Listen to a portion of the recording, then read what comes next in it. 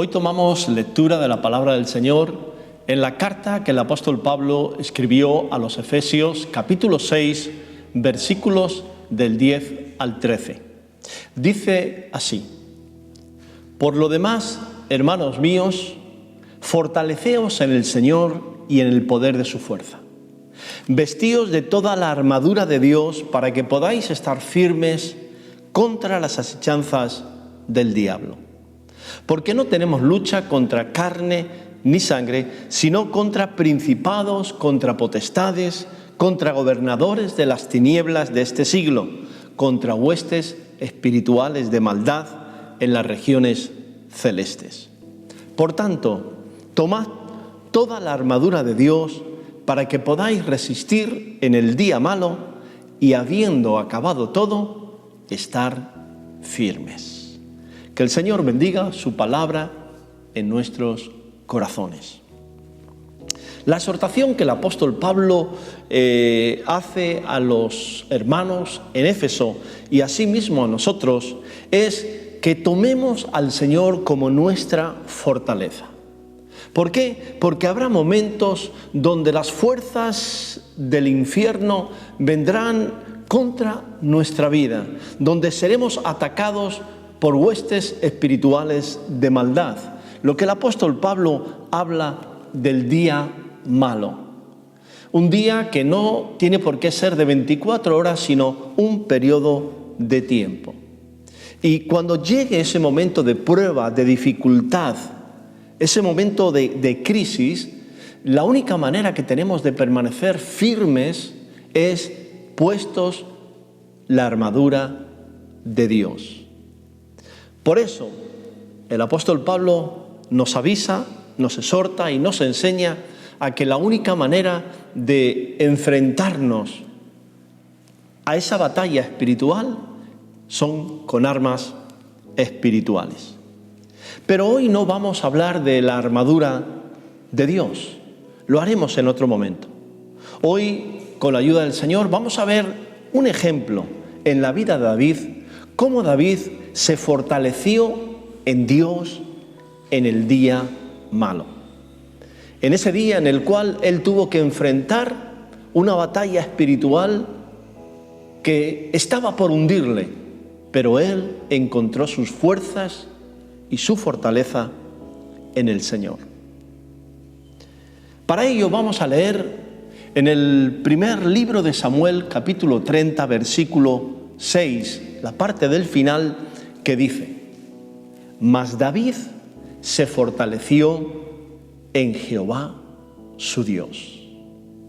Si tan solo nos quedásemos con esta frase y no supiéramos el contexto, ni tan siquiera supiéramos de qué va, por qué lo dijo, en qué situación se encontraba, podríamos imaginarnos a un David súper espiritual, a un David que todo lo hace bien, a un David que está muy cerca de Dios y que sabe cómo encontrar fuerzas en el Señor.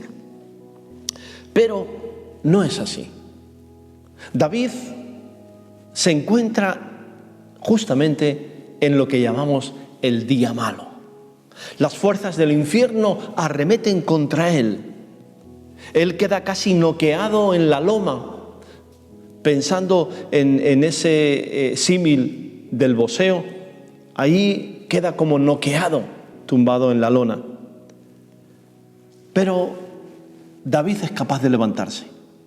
David toma la armadura de Dios y se enfrenta al enemigo, fortaleciéndose en Dios y en el poder de su fuerza, como acabamos de leer en Éfeso por el apóstol Pablo. Veamos esta historia. Veamos la historia de ese momento en el cual David se fortaleció en Dios. Para ello, tenemos que entender que David se encontraba en una situación difícil. No eran los mejores momentos de David. David, como nos dice en el primer libro de Samuel, a partir del capítulo 27, él anda fugitivo de un lado para otro, porque Saúl, como todos sabemos, lo andaba persiguiendo. Saúl tenía celos, tenía envidia de David y el fin era quitar la vida a David, matarlo, asesinarlo. Cansado David de estar huyendo de un lado para otro, al final decide refugiarse y pedir la protección de Aquis, rey de los filisteos. Nos dice en primer libro de Samuel 27, versículo 1, dijo luego David en su corazón: al fin seré muerto algún día por la mano de Saúl. Nada, por tanto, será mejor que fugarme de la tierra de los filisteos, para que Saúl no se ocupe de mí y no me ande buscando más por todo el territorio de Israel, y así, dice, escaparé de su mano. Pero bueno, hasta ahora David había escapado de la mano de Saúl porque Dios lo había estado liberando. Dios cuidaba de él. Pero David toma una decisión que posiblemente fue equivocada. Quizás una falta de confianza en el Señor, mirando más la protección del hombre que la de Dios. Durante este tiempo que él va a la tierra de los filisteos, encontramos que David tiene que estar jugando a dos bandas. Por un lado, tiene que mantener su posición de que será fiel y leal al rey filisteo, pero por otra parte, como nos dice el texto, él se dedicaba junto con sus hombres a, a destruir, a conquistar ciudades, pueblos de filisteos y también de otros enemigos de Israel, pero los destruía por completo, mataba a hombres y mujeres para que no hubiera testigos de que había sido David el que había hecho esa incursión en esas ciudades. Por eso entendemos que David no consultó a Dios. David seguramente lo que tenía que haber hecho es pedir a Dios sabiduría, qué tenía que hacer, pero quizás los momentos, el cansancio, la persecución le llevó a tomar una decisión, y esto también nos ocurre a nosotros. En ocasiones tomamos decisiones sin consultar a Dios. Quizás estamos condicionados por los momentos en que vivimos y no por la voluntad de Dios. Claro, tomar decisiones sin consultar a Dios tiene sus consecuencias. Por eso leemos que en el capítulo 29 llega un momento en que el rey filisteo Aquis decide luchar contra Israel. Él pide la colaboración de David. ¿Puedes imaginarte la situación en la cual se encuentra David? Tener que pelear contra el pueblo de Dios, su propio pueblo, tener que levantar la mano contra el ungido de Dios, en este caso de Saúl, contra su amigo Jonatán.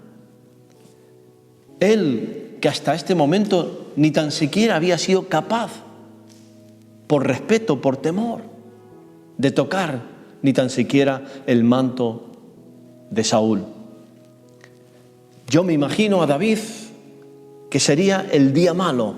David diría: Señor, esto ha llegado un momento en el cual no sé cómo, pero me vas a tener que sacar de aquí.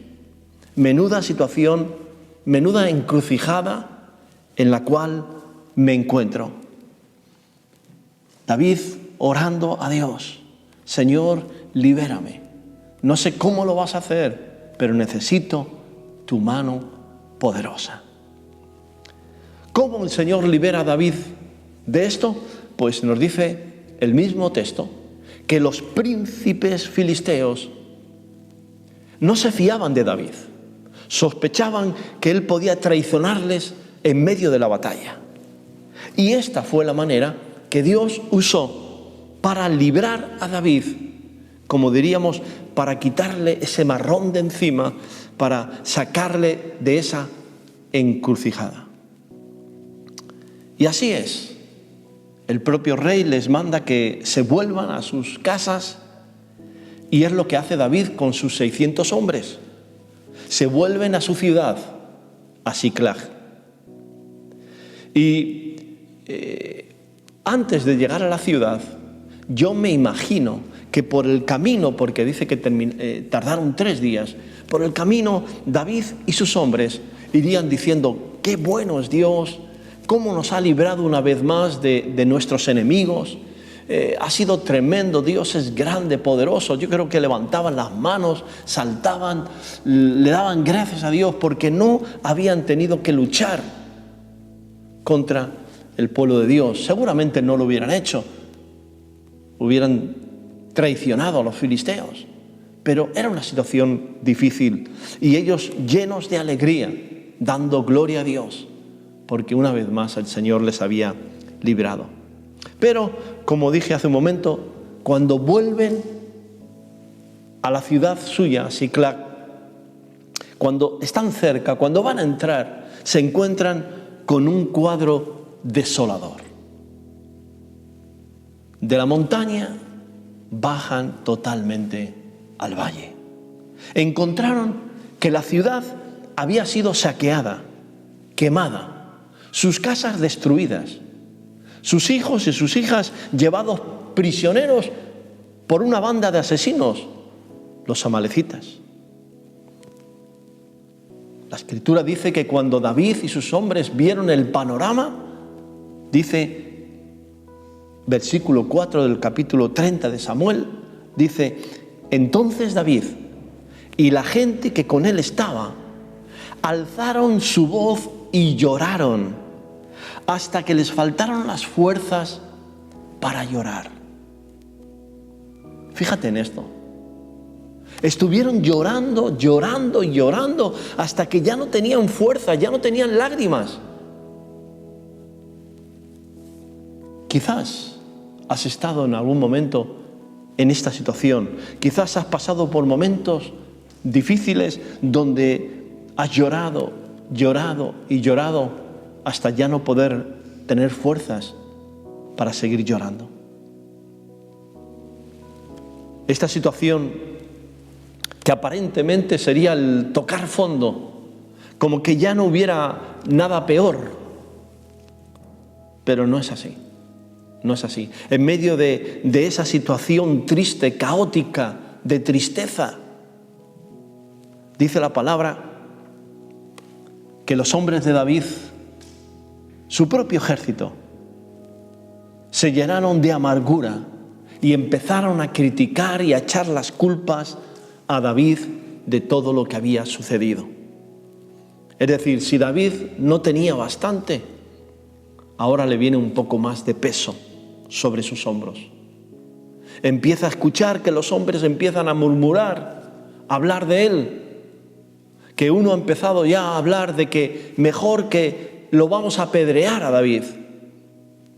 Y ya se empezaba a escuchar a uno, a otro, vamos a apedrear a David.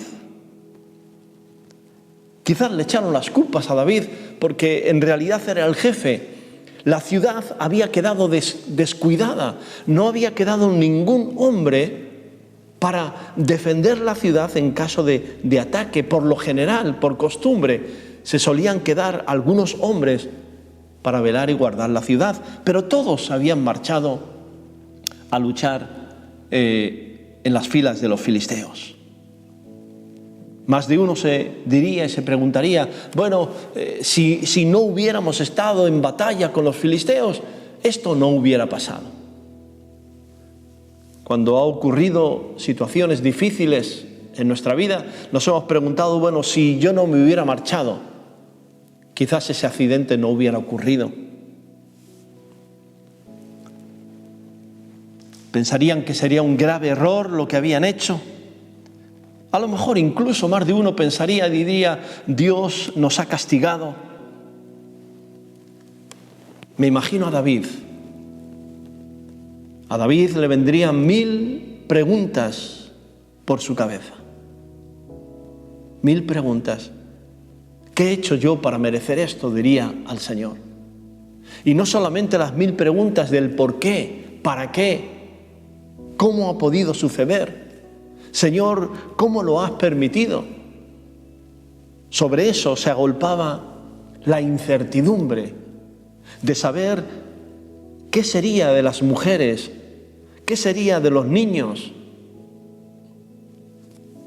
Puedes imaginar como yo qué situación.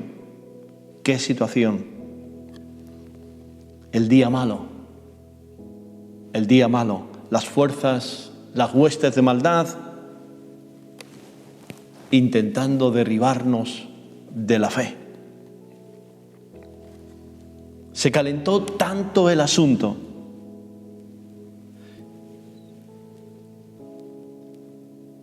que ya David llega un momento en el cual tiene que tomar decisiones.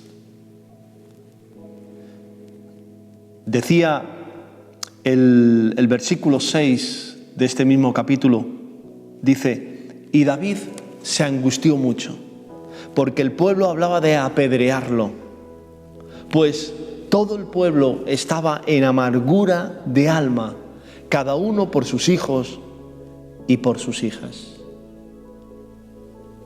Dejaron de llorar, pero se llenaron de amargura.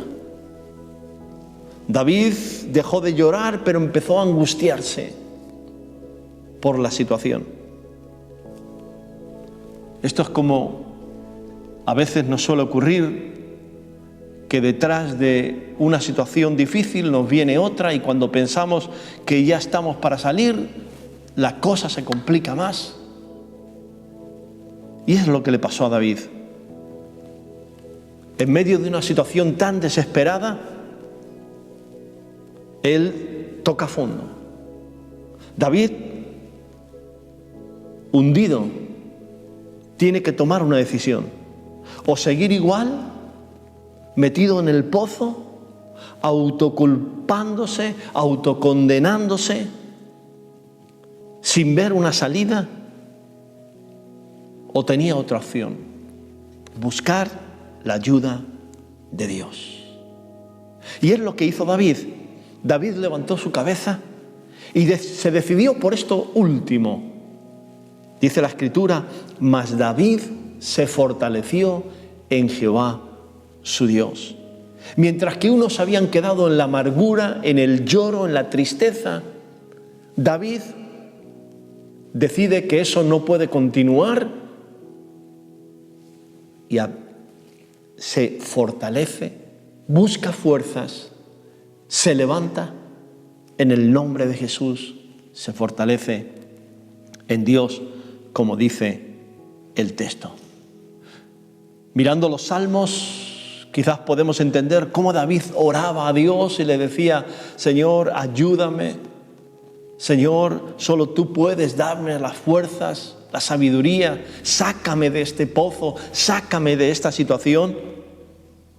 Yo puedo ver a David orando y clamando a Dios en medio del panorama, diciendo: solo tú, Señor, me puedes ayudar. ¿Y qué es lo que hace David? Pues David consulta a Dios. Consulta a Dios. Es lo primero que hace. Habla con el sacerdote Abiatar y le pregunta: ¿saldremos a perseguirlos? ¿Los alcanzaremos? Y Dios le responde: sal, persíguelos y liberarás a todos los cautivos. Siempre, siempre que pidamos a Dios sabiduría, pidamos a Dios que nos guíe, pidamos a Dios, Él siempre nos va a dar una respuesta. El error es tomar decisiones sin consultar al Señor. ¿Y qué es lo que hacen? Los 600 hombres salen en busca de ese ejército de amalecitas. En el camino nos dice el texto que de los 600 hombres, 200 estaban muy cansados y no podían continuar. Y en medio del camino, Dios, como siempre, les tenía preparado una sorpresa. Una sorpresa de las que nos gustan, de las que Dios siempre tiene para sus hijos. Pues en medio de esa persecución nos dice el texto que hallan a un hombre egipcio medio moribundo. David lo atiende, le cura, le da de comer. Y cuando este hombre tiene fuerzas le preguntan: oye, ¿tú quién eres y de dónde vienes? La gran sorpresa es que este hombre era un esclavo de los amalecitas, que había enfermado y lo habían abandonado para que muriera. Y él les dice: yo pertenezco a un señor de los amalecitas, hemos quemado varias ciudades, hemos conquistado varias ciudades, hemos quemado Siclac, les dice, y nos hemos llevado las mujeres y los niños. Este hombre tiene una información muy valiosa porque saben dónde están, dónde han acampado. ¿Y qué es lo que hace? Llevar a David y a su ejército hacia donde estaban acampados los amalecitas. Y dice la palabra que les venció y esto es lo importante, porque Dios lo había prometido, dice que él recuperó todo. Es decir, versículo 19, todo lo recuperó David. Dios se lo había prometido. Y así fue, recuperó las mujeres, los niños, recuperó el botín de lo que se habían llevado, porque Dios es fiel a sus promesas. David podía haber pasado de largo de ese egipcio, pero no, tuvo compasión, tuvo misericordia, y ese egipcio fue la clave para que David pudiera encontrar a esos maleantes y poder retomar sus mujeres y los niños. ¿Sabes? Dios siempre va a preparar egipcios moribundos para ayudarnos en el camino. Cuando estamos buscando la voluntad de Dios, la gran sorpresa es que Dios a veces va a utilizar personas que son quizás las que menos pensamos que nos pueden ayudar. ¿Quién le iba a decir a David que ese moribundo sería la clave para encontrar al ejército de los amalecitas? A veces miramos con los ojos y pensamos que la ayuda nos va a venir de tal sitio, de tal persona, porque puede, porque vemos, pero luego Dios nos da la sorpresa y la ayuda nos viene de donde menos pensábamos. Pero lo importante es que Dios se sirve de ello para bendecirnos.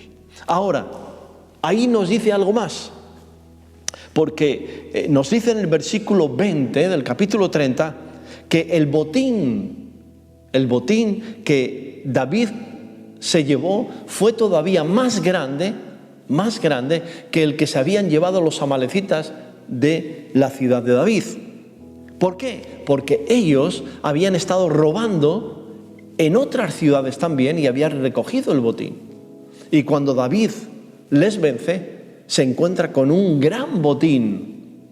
Dice exactamente: tomó David todas las ovejas y el ganado mayor, y trayéndolo todo delante decían: este es el botín de David.